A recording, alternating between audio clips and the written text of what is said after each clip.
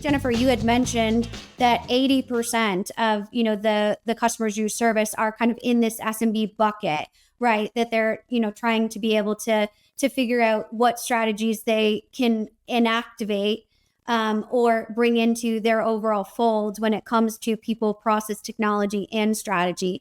So I'm curious to kind of go to you and look at this MVP approach and understand how we do that. We be efficient, we be lean, we really focus on how to implement this, but still prioritize our people and our overall safety initiatives.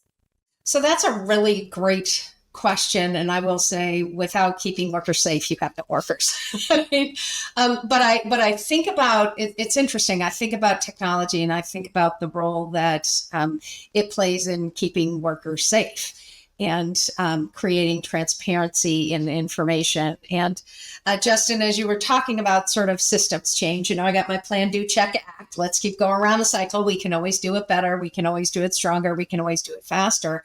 I also thought a little bit about Margaret Mead's quote, the anthropologist, and, never doubt that a small group of thoughtful, committed citizens could change the world. Indeed, it's the only thing that ever has. I think those same principles get to company culture and the why. I think about the facilities where I walk on the floor and I interact. And it is the first and foremost, it's not just change management, it's the connection to why.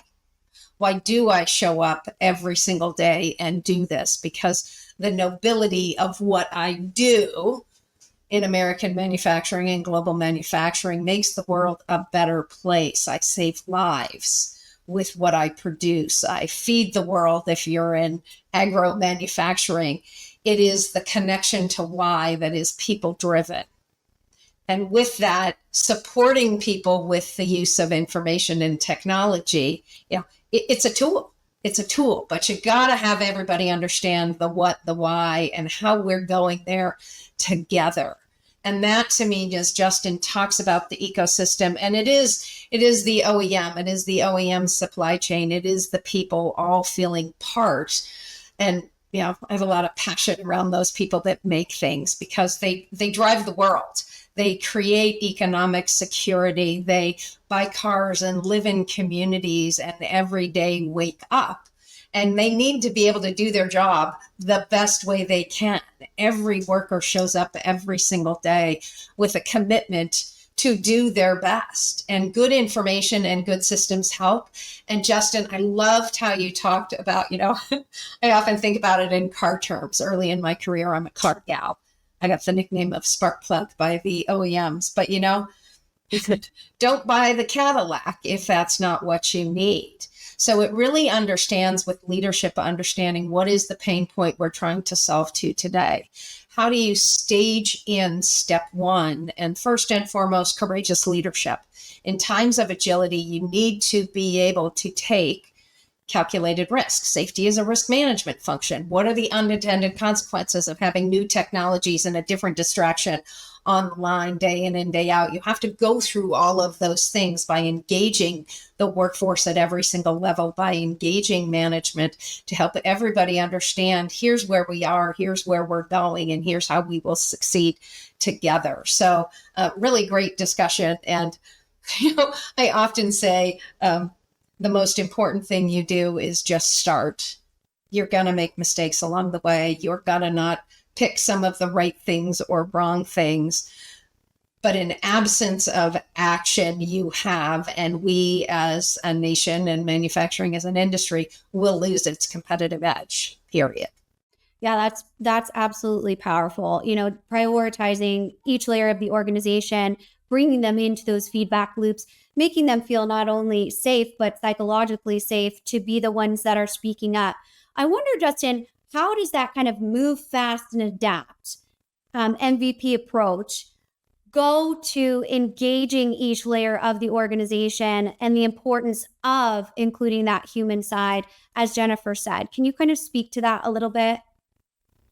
Oh, absolutely, Kyler. The one thing that I see the most, it's most impactful, is you have to consider it as a top-down approach. I think Jennifer, as a CEO, can vouch for that. That if you don't have executive alignment and you don't have executive level support in your organization, it doesn't matter how much of a good idea it is. It's not going to be something that's going to move across the board and actually be as impactful, because people are not going to adopt it if they don't see their management and their executive team supporting it.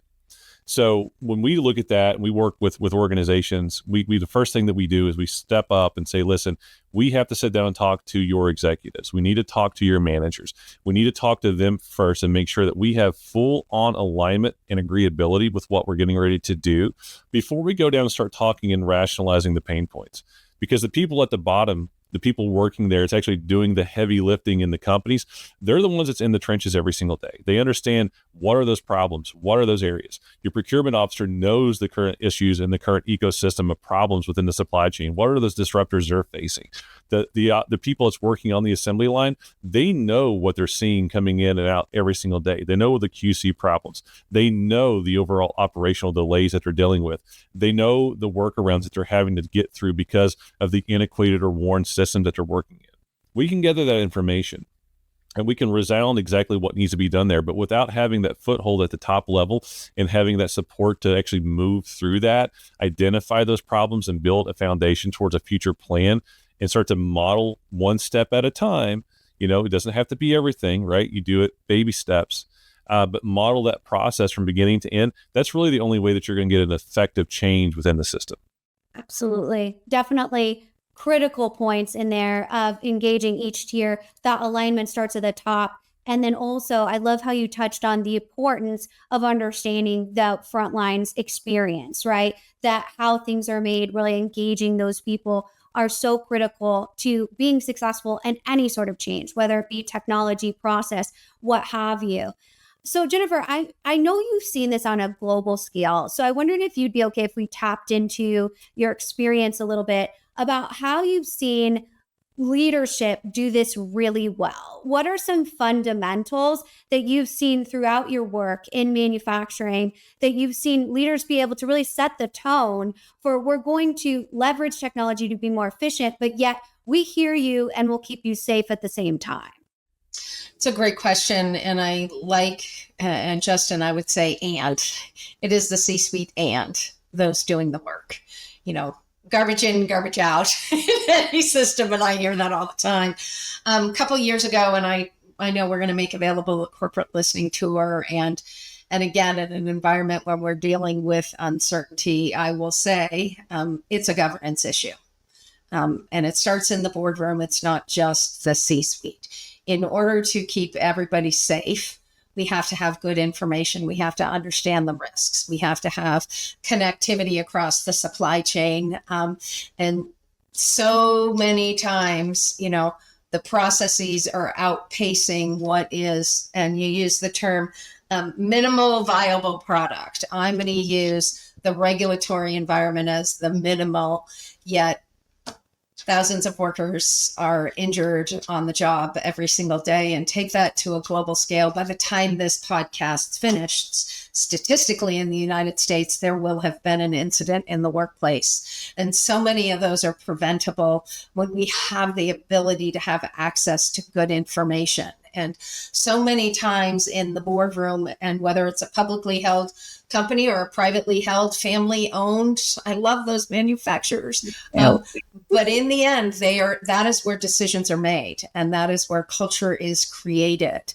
And it is through the people and through the access to information that policies and protocols get set. And then how we, in fact, bring in that decision making to execute is where rubber hits the road. But you need the tools. You need the core commitment to safety as a value. And I've never met a CEO that, is proud of an incident in the workplace. That is not it. Especially in manufacturing, the workforce is family, but it shouldn't take an incident to make things change. And what does that? Good information, connecting across, not outsourcing out, holding supply chains accountable for the same sort of infrastructure. And then the last thing, and Justin, you touched on this a little bit, and I hear this a lot, and make it easy, Jennifer. How do you make information, the use of the information, and our most strongest investment, the people that do the work, have access to that in a way that they can actually use it? And it takes technology to do that, period. I sadly still hear people filling out forms. Somewhere, people that do and don't know what a fax machine is. But we have to think about that too, and we have to make it really simple. And every day, as an executive and as a board, ask the hard questions of how will this help our customers, our workforce, and our company, and how do we make it easy? What are we doing to make their lives better today? And, technology is a piece of that answer. Absolutely. Such a powerful answer. Well, thank you so much to both of you, Jennifer and Justin, for sharing this really important conversation, so relevant, so critical to our manufacturers in which we have the honor of serving. If your business would like to be featured in a future event, contact us today.